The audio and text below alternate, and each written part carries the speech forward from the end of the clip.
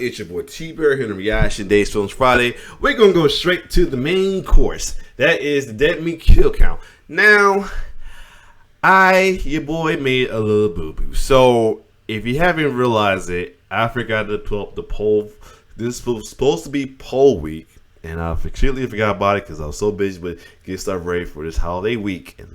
But that was the boo. But sometimes a boo-boo can be a beautiful thing.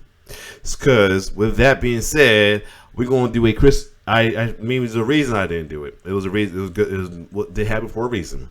Because I guess we should do some Christmas hard kill counts from Dead Meat, and just in time, their newest kill. I'm gonna do one of the times I get to do the newest kill count right now, and this one is a classic, a Christmas classic as well too. Just happened to be a Christmas classic. But then again, the other ones is kind of Christmassy as well too. But anyway, this is a classic, the one and only Gremlins. This came out in 1984. One of the iconic movies of all time. There's everything, and one of my favorites though. This and the second one's my favorite. I think sometimes I like the second one better, but sometimes the first one give me the size. I guess because I saw the second more than the first one before. But either way, we're gonna do it out. So I might do the same thing and not do a poll next week as well too, just in case you got something special for New Year's Eve. But if nothing happens on New Year's, whatever, for New Year's Eve, a New Year's theme one, depends on the new movie, I will replace that. That will be the day I continue my franchise or start a new series segment as well too, because some folks be wanting me to do a certain series,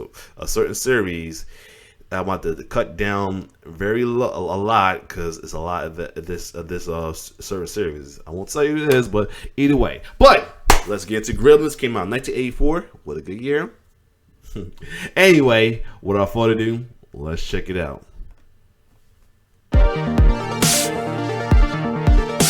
And I had to turn my mic a little bit down because I turned to 500 and I saw the video. It seemed like it was too loud, but we're usually not doing it because it seems like my kill cut. I notice my videos be louder. Even I turn down a little, my videos louder than my mic. I know it's because of position and everything, but anyway.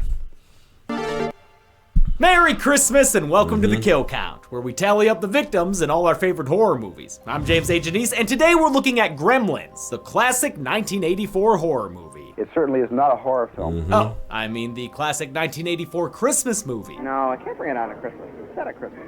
Just bring it out at Christmas, and it's a Christmas movie. Right, okay, the classic 1984 movie. Gremlins was the second screenplay written by Chris Columbus, who would go on to write and then direct many movies of your childhood. Seriously, the guy's filmography is impressive. The script was found by Steven Spielberg, who was looking for movies to produce under Amblin Entertainment, the company he had recently formed with friends and fellow producers Frank Marshall and Kathleen Kennedy. Okay. Yes, that Kathleen Kennedy. Her career was long and successful before she became head of Lucasfilm. Spielberg chose Joe Dante to direct, believing he could strike the right tone based on his previous films, Piranha and The Howling. Dante loves making movies with fantastical elements. My favorite kind of movies are the ones that show you things that you really can't see anywhere but in the movies. Between Columbus's script, Dante's direction, and Spielberg's guidance as executive producer, Gremlins wound up being a film without a genre. At once a gooey gateway into creature feature horror, and the heartwarming tale of a boy and his dog thing, who births a bunch of destructive monsters. I love the result, a movie that isn't tailored towards any specific demographic. Gremlins is happy being its own thing, and audiences were happy with it too. It was the fourth highest grossing film of the year and a pop cultural phenomenon of the 80s. And despite what Mr. Dante might have said, I think it makes for a damn fine Christmas movie. How many kills do you wind up with? Here we go. What the hell? What happened to the video? Gremlins. Oh. Hey, little guy. Here we go. Sorry to crash Sponsor the party, time. but I've got a kill count to film, so... Hey, you knocked down today's sponsor, Displate.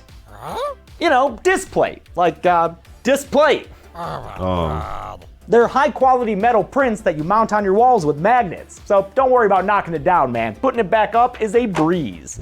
Although, come to think about it, I have been meaning to swap this out for a spare, so thanks for the reminder, little guy. See, thanks to the magnet mounting system, it is easy as hell to swap them out. And with 1.4 million Don't awesome email the designs upside available, down. you can really customize it for any move. Okay, I see you're not completely sold. But what if I told you that for every Wow. disc plate you purchase, they'll plant a tree? I mean, even you have to breathe, right?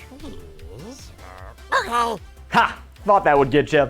All right, how about we make a deal? I'll buy you some disc plates, and you can let me finish this kill count, okay? Business. Thanks, little buddy. Yeah. All right, we'll work on that next. You can go to discplate.com/deadmeat to check out some of my favorite disc plates, grab your own, and get a special discount. Again, that's discplate.com/deadmeat to see my picks and get a discount. How many kills do you wind up with when you don't take proper care of your pet? Let's find out and get to them. The movie begins with amateur inventor Rand Peltzer singing REM. That's me there on the corner. That's him at the stoplight, hawking his contraptions. He's led into Mr. Wing's underground pipe emporium, where he tries to sell the bathroom buddy, an all-in-one sploogin cube. His Chinatown visit becomes less Nicholson, more Saint Nick, when he decides he wants to buy a gift for his son, so he checks out the blue light special on this crying creature in the corner. We don't see the critter, but we learn what it's called, Mogwai. Singing. He does that sometimes. But they're mostly instrumental. Rand says he needs to have this creature for his son, but Mr. Wing shoots him down. Mogwai, not for sale. That's what they tell the record labels too. Rand ups his offer to a few hundos, but Wing ain't selling to nobody but Spider-Man. With Mogwai comes much responsibility. Screenwriter Chris Columbus named the creatures Mogwai, the Cantonese word for devil or demon, because of his fascination with stores like Mr. Wing's in New York's Chinatown. Fortunately for Rand, Mr. Wing's proto-short-round grandson vastly undervalues a brand new species. He meets Rand in the McAlley to close the sale and earn his coffee. He warns him there are 3 rules for Mogwai. No bright lights, don't get them wet, and most importantly, Never feed him after midnight. and yes, we all know the ambiguity of that last one. When does after midnight? Yeah, I was wondering why he was dressed now. He's pretty much dressed as the guy. Okay, nice. I was wondering why James was dressed like Indiana Jones or something like that. end? What about time zones or daylight savings time? Right. I can't make any jokes about it that haven't already been made. In any case, at least Rand takes the rules super seriously. Sure, kid, whatever you say. Ha, he just wants to kick back and remember the reason for the season. Title card! The Americana opening credits go full Norman Rockwell as we're treated to snowball fights and, sentient Christmas trees. What the hell is this? It's Treevenge! If the town of Kingston Falls looks timeless, it's because it was filmed at Universal Studios, on the same clock tower square set famously used in Back to the Future. Wow. It has an air of obvious artifice to it, but that was fine with director Joe Dante. We wanted to stylize it to the point where it was obviously a backlot town, and it was obviously a place that's idealized, and it's not something that you have to completely believe in. It's a state of mind. That's also why they didn't bother trying to make fake visible breath. The movie was shot in the middle of summer, with faux snow made through various methods, including white gypsum sand, limestone, and ground up ice. Billy Peltzer's car be looking like a powdered donut thanks to all that spray-on snow, so he hoofs it to his job at the local bank, which is honestly a pretty sweet gig. Every day is bring your good boy to work day. Unfortunately, his mellow's about to be harshed by a woman looking to collect the bounty on a mutant killer snowman. It's the very Scrooge-like Mrs. Deagle. Mrs. Harris, the bank and I have the same purpose in life, to make money. Business! There you Deagle go. wants the dog dead for decapitating her decoration, and Billy, why, he can kiss her grits. Her mood sours further when Barney brings the house down on her wicked witch ass. Oh man, if that dog wasn't getting put down before, he No, sure that's as hell right. is now. Billy draws out his anger with animator Chuck Jones in a cameo. Wow. Fine. Thanks. It works as Wow. a Looney Tunes' early depictions of Gremlins. A constant menace to pilots.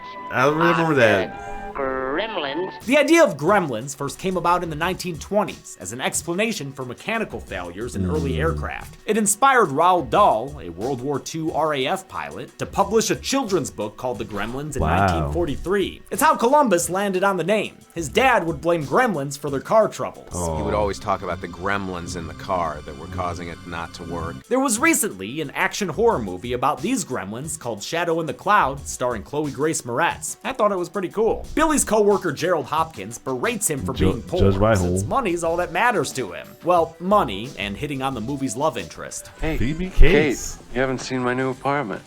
I haven't seen your. Wow.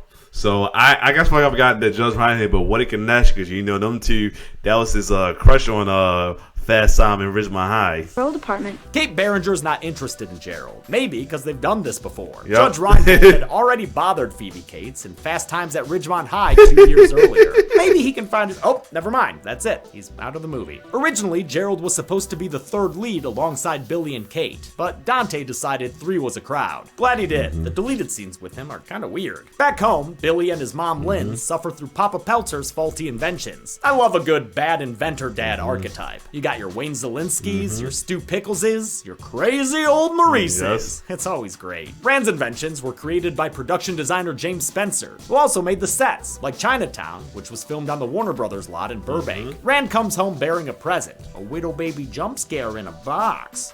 Aw, look at the little guy. He's too cute to function, and Rand's already given him a name. I just call him Gizmo. He seems to like it. Gizmo was an animatronic made by special effects artist Chris Wayless, who knew the job would be a huge challenge. This picture is by far the most ambitious thing I've ever worked on. The design originated with sketches by Columbus, with coloring input from executive producer Steven Spielberg. He asked for the Mogwai to have the same colors as his pet King Charles Spaniel that's dogs. the color. It fell on the actors to treat Gizmo like a real animal, even though they could see the massive cable system coming out of him. It was even worse for Billy's actor Zach Galligan, since the cables were often routed through his clothes. While Gizmo's face could be swapped around, depending on if he needed to be smiley, frowny, or otherwise, his body movements were controlled by a variety of hand controls and joysticks. Of course, you can only fit so many motors inside a small Gizmo body. For more expressive close-ups, they created an oversized animatronic that was big enough to house the extra motors they needed. In some cases, they had to create oversized props to use with it, like a big old pair of 3D glasses. I know we learned about a lot of this animatronic stuff in the Chucky recounts, but like I said there, I never get sick of seeing behind-the-scenes videos and pictures. Finally, Gizmo's voice was provided by comedian Howie Mandel. Actually, this is my real voice. I do this so people don't make fun of me.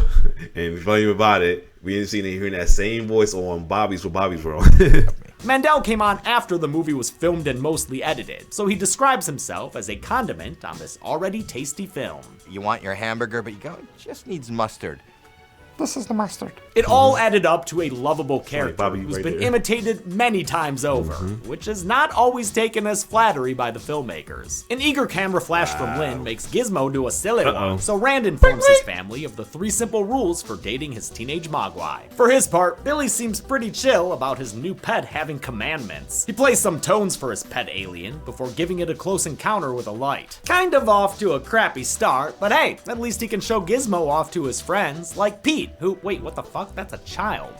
What's this whole situation, Bill? Pete's actually the child of 80s horror, of course, since he's played by Corey Feldman. The same year he'd tell Jason to die! Yep. Pete didn't read the Mogwai rulebook, so he breaks rule 2 and gets Gizmo wet. Good job, TJ. You spilled dirty paint water on a possible alien life form. Within seconds, they're watching the miracle of childbirth, as Gizmo sires a full offensive line of hairballs. They're even worse than Lucy's. They looking much more evil, with a white little mohawk on the biggest one. What I love about Billy is how much he trusts his parents, since he immediately goes to tell his dad. Rand doesn't see a furry infestation, though. He sees an exciting new licensing opportunity. They might even replace the dog as the family pet. Aw, Rand, don't do Barney like that. You're a happy family. The hapless Peltzer patriarch, who's always working his fingers to the bone, is played by Hoyt Axton, a folk musician turned character actor. He wrote and recorded Joy to the World, which you probably know better from the Christmas-tinged cover by Three Dog Night. I love Axton's voice and natural performance, as did Dante, who let him reword his lines to his own liking. Nice. I want you to be happy, Joe. Okay, there's no reason I'm doing the picture. I don't want the money. I don't care about the thing. You don't want the money? Oh, great. Don't want it. You just don't have Stumped by Mogwai sex, Billy asks his chem teacher Mr. Hansen to traumatize his pet again.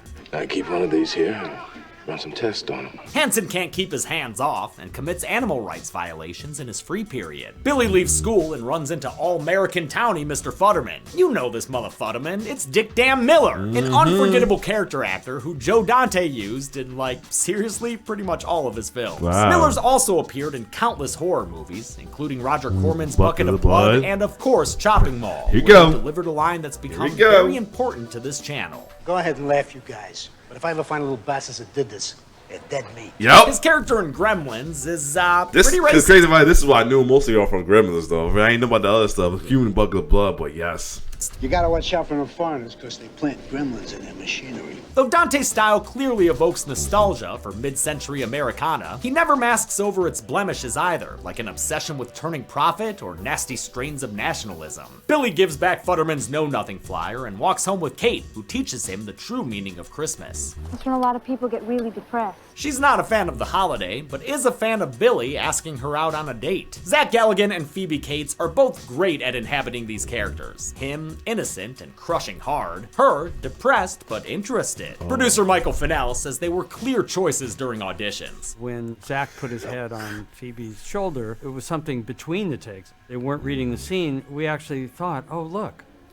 He's already in love with her. Zach Galligan's actually been on the kill count once before, as a blink-and-you-miss-it victim in the Hellraiser 3 massacre. Back in Billy's penthouse, Gizmo watches the original Invasion of the Body Snatchers. Dante worked with its star, Kevin McCarthy, on Piranha, The Howling, and Twilight Zone the movie. Dante is a genre fan through and freaking through, thus all the Easter eggs and cameos in this film, like William Schallert from The Incredible Shrinking Man, Kenneth Tobey from The Thing from Another World, and The Time Machine from, The Time Machine. Other cameos include Harry Carey Jr. and Scott Brady, but I can't say I really know those guys, and I'm not gonna insult you by pretending. Gizmo's well-behaved enough for TV time, but this rowdy Moshkwai pit has got the munchies. After double-checking that it's still a PM hour, Billy gives them an entire plate of chicken wings. But turns out the little rascals voided the warranty on his clock, meaning he just broke the third commandment, thou shalt not feed after midnight. His room gets a xenomorph Yas Queen makeover. He finds a similarly eggy situation with Mr. Hansen's specimen at the school. Later, Hansen hears some rumbling from the creature during a screening of an educational film.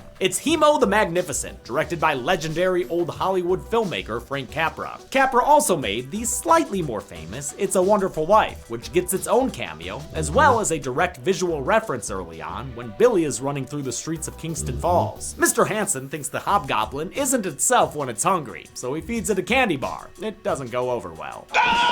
Billy reaches his science teacher too late to help. The gremlin has acquired its first victim for the kill count. Yo, was Mr. Hansen juicing? I always thought that guy was natty. Billy T tries to phone home, but the gremlin does not accept the charges. It gets in one more jump scare attack before running away through the school's ventilation system. Back at the Peltzer House of the Future, torture! The dartboard idea came from the crew, who had good reason to fantasize about Gizmo's violent death. Everybody hated Gizmo because he was smaller than the other puppets and he had lots and lots of gears and things. And many things to go wrong, and so he would break down all the time. Yeah, Gizmo was fragile as hell, since there were so many complicated animatronics and such a tiny body. When Gizmo broke, you could hear it. Like, he would turn and you'd hear like, pa-ping, and like, a spring would pop in his ear. The delays were frequent and lengthy. One time, it took so long to fix him, the crew literally fell asleep on set. Oh, shit. And I was like, what do you think, 6 hours? He's like, I think more like 8 hours. And they'd be like, that's about a 7-hour delay. And we're like, we tied. Unfortunately for the Peltzer clan, Papa's out of town, trying to sell his inventions at a gosh dang sight gag convention. Oh look, Steven Spielberg, riding around since his leg was in a cast at the time. There's also another guy who's supposed to be dressed like Joe Dante in his directing outfit. Even I didn't get it. With Rand experiencing sweet misery, first stuck at the convention, and then later in a blizzard with Popeye the Cigarette Man, Mrs. Peltzer's alone in their house, and cut off when the gremlins continue their telephobia. Lynn arms herself with a knife before finding the monsters munching the heads off her cookies, a possible reference to the character's original fate. Columbus's original script was way more horror and R-rated. The gremlins ate an entire McDonald's worth of people, Barney the dog was also eaten, instead of just getting strung up in Christmas lights, and Lynn the mom was straight up decapitated. It was really tough. Tough stuff. Billy's mother's head was cut off and it rolled down the stairs. I'm glad she doesn't die, because Lynn kicks major ass. Yeah. She starts by getting one gremlin into a Peltzer brand mixing bowl. That'll get him added to our separate gremlin kill. Yeah. That's right. Matter of fact, I think she was on she was on something recently. The mom from Gremlin. I saw on some video. I was surprised it was her. What was it she was on recently as well, too? Hold on a second. What was that?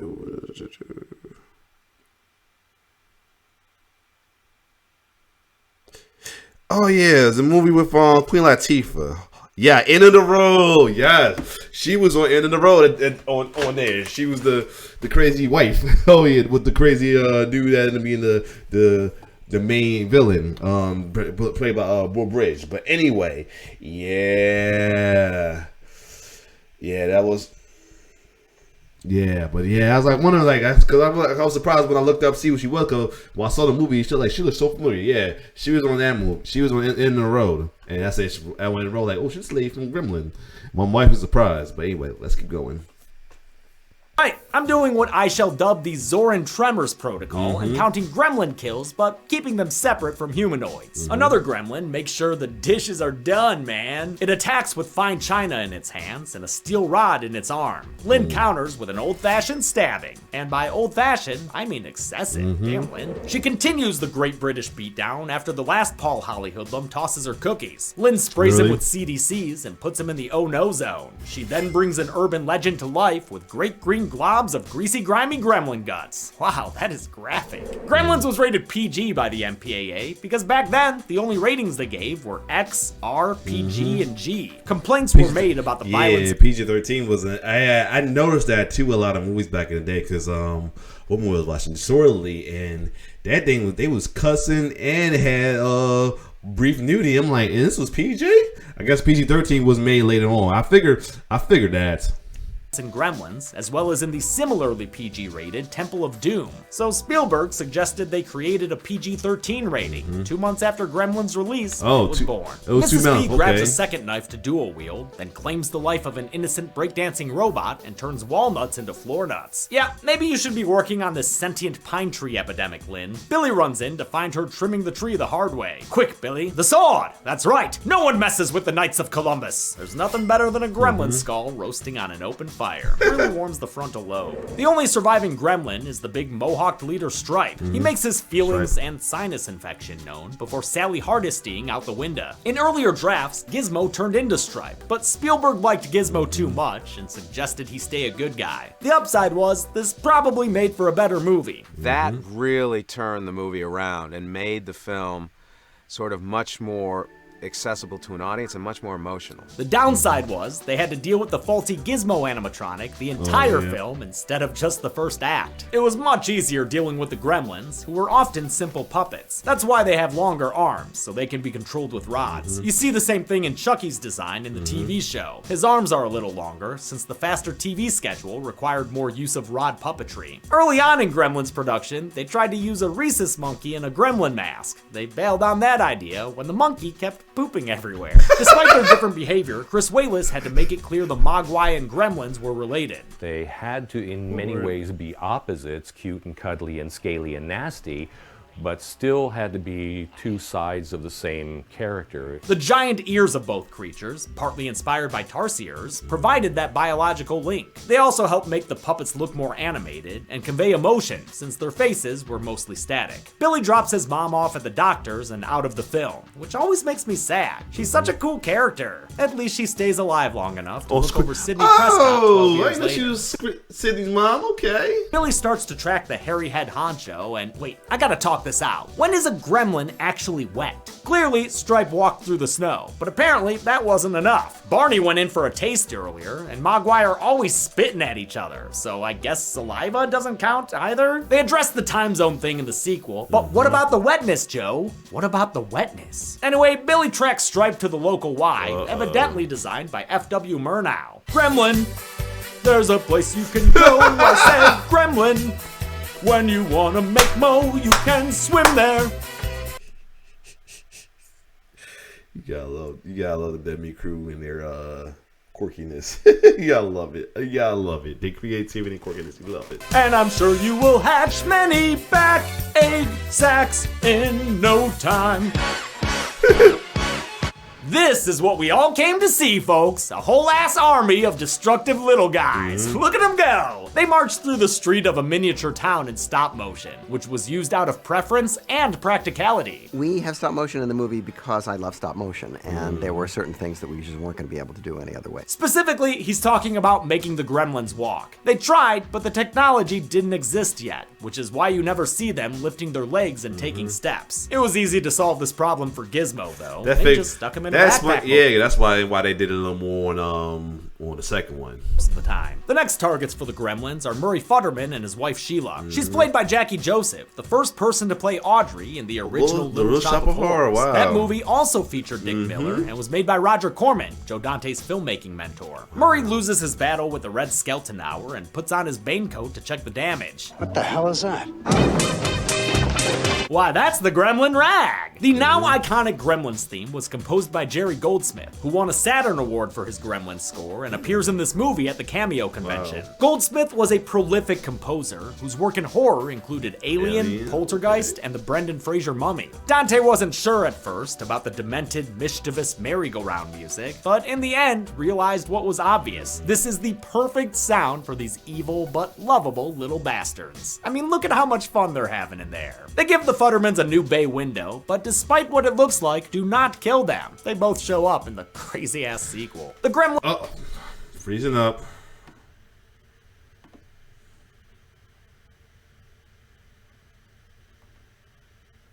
I'm back. I'm going to figure out what's causing this freezing situation, but let's get it. Are having in there. They give the Futtermans a new bay window, but despite what it looks like, do not kill them. They both show up in the crazy-ass sequel. The Gremlin gang creates chaos around town, causing traffic accidents and committing mail fraud. When that's not enough, they're willing to do a full-on murder. But first, Mrs. Deagle, let me carol at you. Lord. Wow, these little guys pick up human culture fast. She flees them, but they've somehow set her stair lift to Mach 1. She does not have a Holly Polly holiday as she goes up the world's longest staircase and straight to the moon. That's one small step for Mogwai, one giant leap for old bad kind. The police see this happen, and when faced with the prospect of evil gremlins, cut loose and break bad. Frank, I really think we should go now. It's got a funny point. Do I should start the car? Because I'd really like to go back to the station now. Yes, that's Jonathan Banks, freaking Mike from Breaking Bad and Better Call Saul. You'll need to get cleaning this Santa Claus after the gremlins kill him, while the cops do absolutely nothing. That'll get him on the naughty list for show. I won't count kills for many of the rest of the chaos going on, not even when the cops flip their car upside down. These car stunts are cool, but they don't look lethal. Billy and Gizmo head to a local bar named Dory's, which is where Gremlins ascends to a higher plane of art. Even if it was hell for Dante to work with all these gremlin puppets. I don't talk about the puppets. There were over 100 puppets, each with different capabilities and limitations. With them, I mean, they shot the whole joke book, y'all. We've got drunk gremlins, gamer gremlins, pervert gremlins, dated movie reference gremlins, timeless movie reference gremlins, liver failure gremlins, firefighter gremlins, Batman parent-killing gremlins, and even a gremlin who gets shot by Stripe, getting itself added to the separate gremlin kill count. This embarrassment of rubber riches was filmed after principal photography with the actors was done, during a 2.5-month shoot of nothing but gremlin puppets. Lord. By the end of it, Dante forgot what he was looking at. It was maddening. It was just maddening because after you've been staring at these puppets for all this time, you just can't tell whether they're looking real or they're not looking real. The bar scene alone took a week to shoot, probably because Dante posted a list of gags on the wall that anyone could add to if they had a funny idea. The only main cast member involved in this part of production was Phoebe Cates, since Kate is somehow stuck serving these custom monsters. She gets tired of these shitballs not tipping and figures out the rule about bright lights. It takes her a minute, but she gets her Oprah shot and sends a gremlin swinging from a fan head first into a light up bar sign. She escapes the bar and meets back up with Billy, and together they retreat to the bank. There, Kate delivers the most amazing monologue I've ever heard in a so-called kids movie. Phoebe Cates kills it as Kate explains why she hates Christmas. The worst thing that ever happened to me was on Christmas.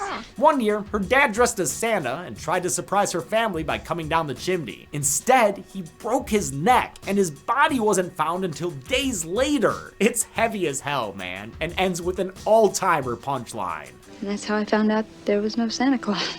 Both the studio and Spielberg wanted to lose this. You know what I'm saying? It's been a while I watched this, but like I say, I watched the second one more than the first one. First one I watched here and there though, but still, wow. That's why I'm like so shocked at some of the kills that happened, because some I wasn't sure if they were kills or just got knocked out. Because you know, Gremlins was a friendly movie, but the ones I know for sure was a kill was the teacher getting the needle. Other than that, yeah, the other ones like the Santa and all that, I didn't think about it like that.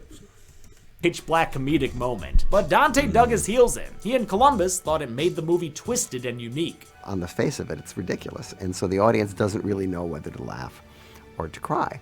And that was exactly what I was looking for. And in fact, it encapsulates to me the whole tone of the movie Gremlins. Billy, Kate, and Giz realize the knee-high mischiefs have snuck away to the movie theater. They're watching Snow White and the Seven Dwarfs, and have taken such a liking to it, they already know the words. Well, two of them at least. Billy decides he has to do something and sneaks inside the theater, just as Stripe decides to sneak out for some snacks. Yum, yum. Stripe and most of the Gremlins were voiced by Frank Welker, a prolific voice actor, maybe best known as Fred and Scooby from Scooby-Doo. His voice was previously on this show with Shao Kahn at the end of the OG MK. You weak, pathetic fools. In no time flat, Billy turns this entire theater into a bomb. Man, what was Mr. Hansen teaching those kids? I guess how to get a high score on the kill count. Now, even in 4K, it is hard to count every gremlin, especially back there in the cheap seats. But I pay Josh for many reasons, and in addition to editing, he's done me the favor of counting 150 gremlins in the movie theater who meet their final destination when it blows up. That includes all the little fuckers in the theater, plus 6 in the projection booth, counting that shadow, and 3 on the reels. Rest in flames, gremlins. We hardly knew most of you, but you were probably little bastards. Oh, except that guy. Go blue! Before the lovebirds can catch their breath, they realize they didn't exterminate the species. Stripe has survived, and even worse, he's been radicalized! Billy takes some sugar, baby, and swings away to the final showdown as Kate and Gizmo post up in the security room. Stripe's first plan is to try streaming Billy to death. Hey guys, please like, subscribe, and pour water on me. Thank you! After hiding in the Easter egg section. Here you go, the wrestling references though. You know you got that from.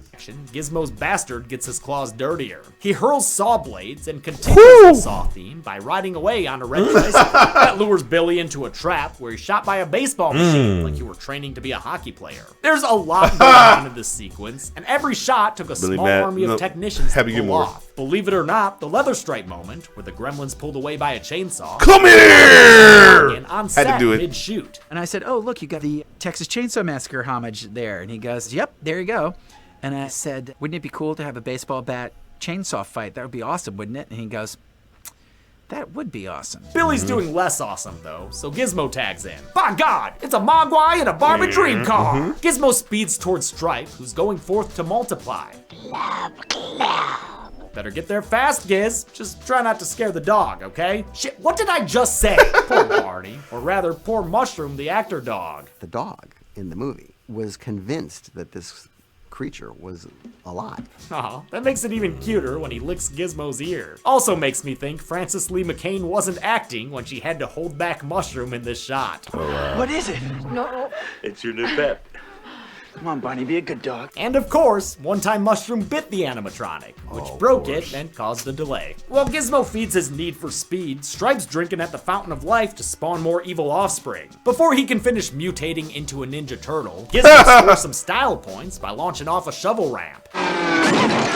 Whoa, what the hell kind of batteries were in that thing? The plan still works, because Gizmo wins this multiversus battle by yanking the blinds open. Wow, he hit that ceiling hard. Sorry, buddy. Proving sunlight's the best disinfectant, Stripe starts dissolving into street trash. Oh hey, welcome back, Rand. Bet you sure was glad when you saw the dawn. Somebody turned on the light, and it caused Stripe to melt down to Frank Cotton status. It's a wonderful Christmas gift / Christmas trauma for the Peltzers to witness. Now Billy and Kate truly are perfect for each other. The family gathers around the tree to reminisce about destroying an entire species, but Mr. Wing shows up and spoils the fun with some harsh words for Western civilization. You do with Mogwai what your society has done with all of nature's gifts. Wing demands to take Gizmo home with him, though Billy still gets a farewell. Bye, Billy. Bye, Gizmo. See you in the sequel, little guy. The movie ends with more world-weary narration from Rand Peltzer. He says if Dead Meat videos have been playing slow lately, try poking around your router. There just might be a gremlin in your house. But how dangerous is that gremlin to you and your woof woof?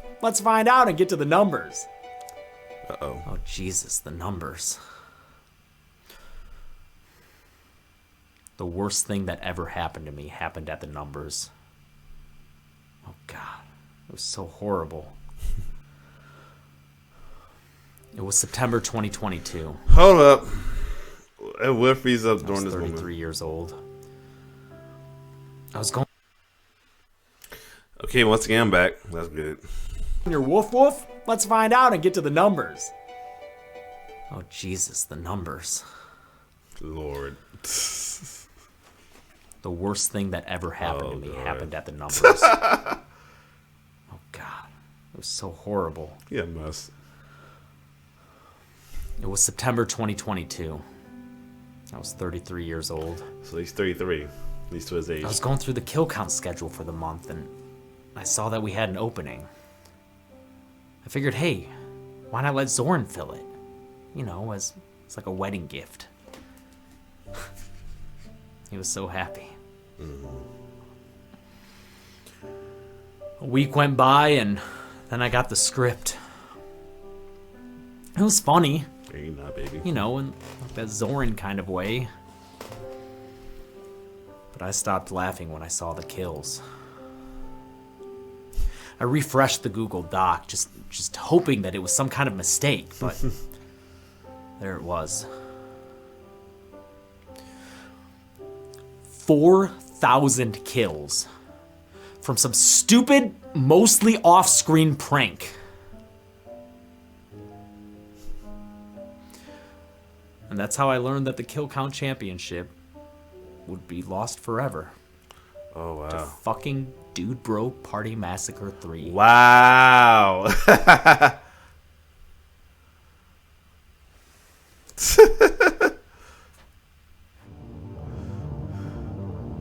We counted 3 human kills in Gremlins, consisting of 2 human dudes and 1 human lady.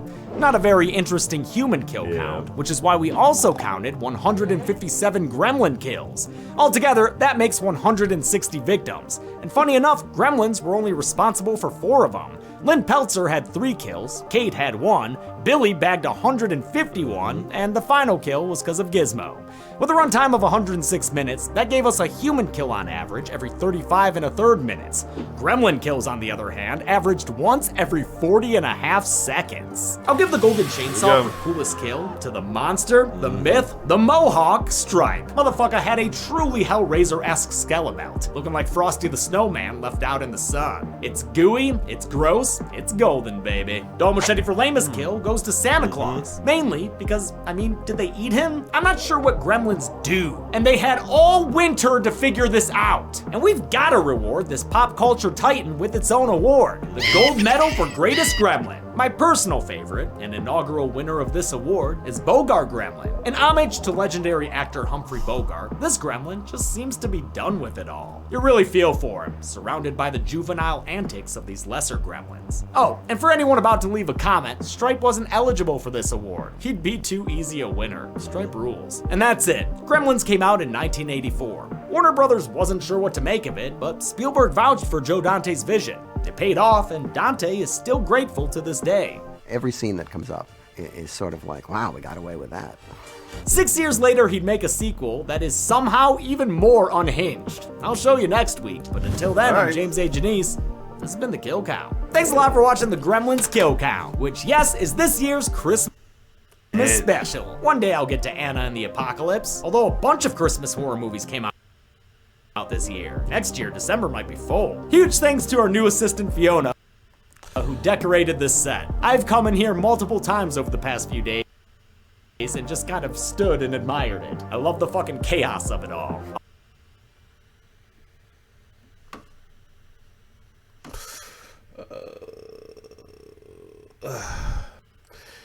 Of course, it will freeze up even more towards the end. But there you have it. So, got my answers. So again, next week I'm gonna take a break from poll again, and we're just gonna go do Gremlins 2 next week for the Kill Count for Films Friday next week for New Year's Eve. So that's actually that sounds like a perfect one, 'cause I think he has like a New Year's Eve theme in a way too. But other than that, regardless, that's gonna be the Kill Count, 2 kill counts for the holiday season as well to end the Cap Ball 2022.